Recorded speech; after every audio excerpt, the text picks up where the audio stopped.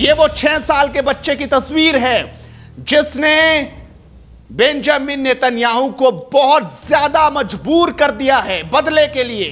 फिलिस्तीन ने इजराइल पर रॉकेट छोड़े और उसी रॉकेट से एक 6 साल के बच्चे की जान चली गई। बस फिर क्या था, इजराइल के प्रधानमंत्री बेंजामिन नेतन्याहू ने साफ कर दिया, वो भी सबूत के साथ लिखित रूप में, कि अब फिलिस्तीन को छोड़ेंगे नहीं, जब तक पूरी तरह से कमजोर नहीं करते तब तक बैठेंगे नहीं। आखिरकार उन्होंने कहा क्या और कैसे, अब उनका समर्थन भी हो रहा है, वो मैं आज आपको दिखाता हूं और वो 6 साल के बच्चे की तस्वीर भी दिखाऊंगा जो फिलिस्तीन के रॉकेट हमले में अपनी जान गंवा गया। तो आप देख सकते हैं कि इजराइल के समर्थन में लोग यहां पर उतरते नजर आ रहे हैं। इजराइल हैशटैग जो है वो उस समय भारत में टॉप ट्रेंड पर है। इजराइल यहां पर आप देख सकते हैं। उसके अलावा बेंजामिन नेतन्याहू आप देख सकते हैं, इजराइल पैलेस्टीन ये आप देख सकते हैं, और तमाम ऐसे हैशटैग इस वक्त चल रहे हैं। अगर इसे आप खोलेंगे तो यहां पर आप देखेंगे कि लगातार जो है उसी की बातें हो रही हैं और आई स्टैंड विद इजराइल, लोग ये बात बोल रहे हैं।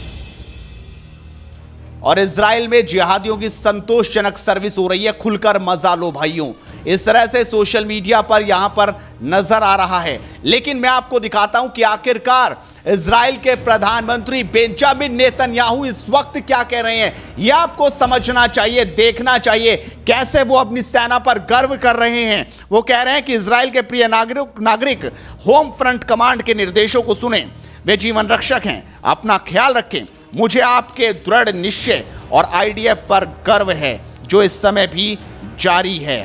हम मिलकर जीतेंगे, यानी कह रहे हैं कि टुगेदर वी विल विन।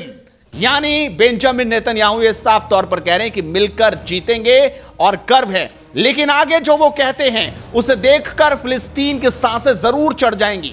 उसको समझ आएगा कि उसने एक बड़ी गलती कर दी इजराइल से पंगा लेकर, और वो मैं आपको दिखाता हूं। यूएस प्रेसिडेंट जो बिडेन ने कॉल की है बेंजामिन नेतन्याहू को, शांति की वो अपील कर रहे हैं, लेकिन आखिरकार उस शांति की अपील के बाद कह दिया है कि जब तक कमजोर नहीं कर देते फिलिस्तीन को तब तक नहीं बैठेंगे। वो कहते हैं कि मैंने अमेरिकी राष्ट्रपति जो बिडेन के साथ फोन पर बात की और उन्हें आत्मरक्षा के लिए इजराइल के अमेरिकी समर्थन के लिए धन्यवाद दिया।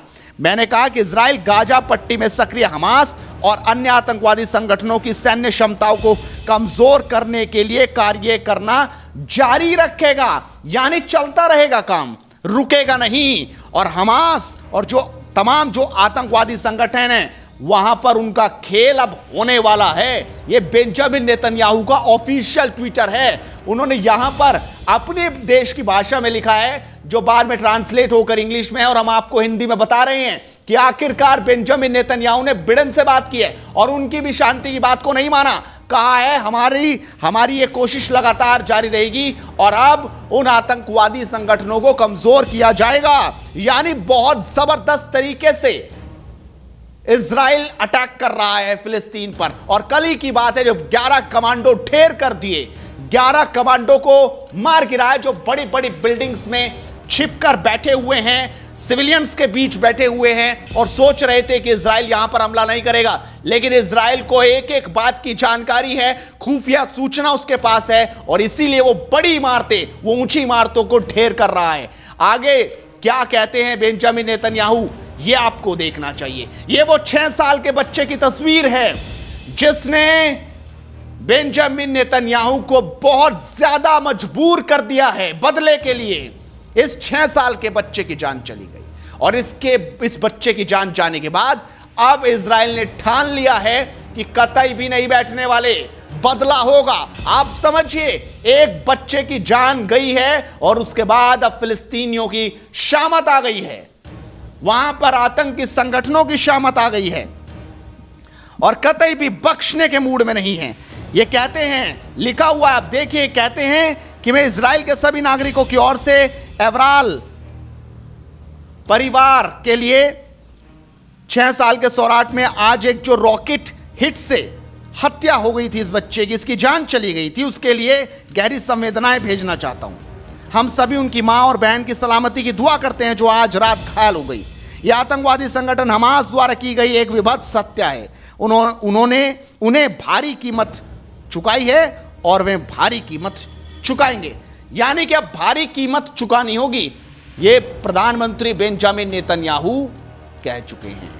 अब उनका दी एंड होना ही होना है, ये साफ पता चल रहा है। और सोशल मीडिया पर जिस तरीके से लगातार आप देख रहे हैं, ये देखिए यहां पर किस तरीके से कि तमाम चारों ओर भेड़िए हैं, इन देशों को भेड़िया बताया जा रहा है। और सबसे बड़ी बात कि भारत में लगातार तमाम हैशटैग चल रहे हैं। भारतीय जनता जो है वो इस वक्त खड़ी नजर आ रही है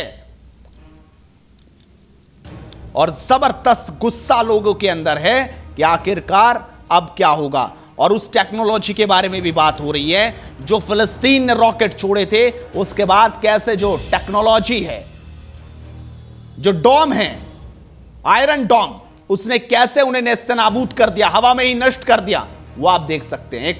1050 रॉकेट दागे और 850 हवा में ही उड़ा दिए गए, यानी उन्हें खत्म कर दिया गया। दुश्मन देखता रह गया और दुश्मन के खात्मे के लिए जबरदस्त तैयारी इजराइल की है। तो देखा आपने, प्रधानमंत्री नेतन्याहू ने साफ कर दिया कि अब वो अपने दुश्मन को कतई भी बख्शेंगे नहीं। आयरन डॉम जो उनकी टेक्नोलॉजी है, जिसने हजारों रॉकेट को वहीं पर नेस्तनाबूद कर दिया और फिलिस्तीन देखता रह गया, पूरी दुनिया देखती रह गई। और अब जिस तरीके से मैंने आपको दिखाया कि तैयारी पूरी हो चुकी है, अब फिलिस्तीन के लिए मुश्किल भरे दिन जरूर हैं। पल पल के अपडेट लगातार आपको देते रहेंगे। आप इस वीडियो को शेयर कीजिए और लगातार जुड़े रहिए एडवांस इंडिया के साथ। नमस्कार।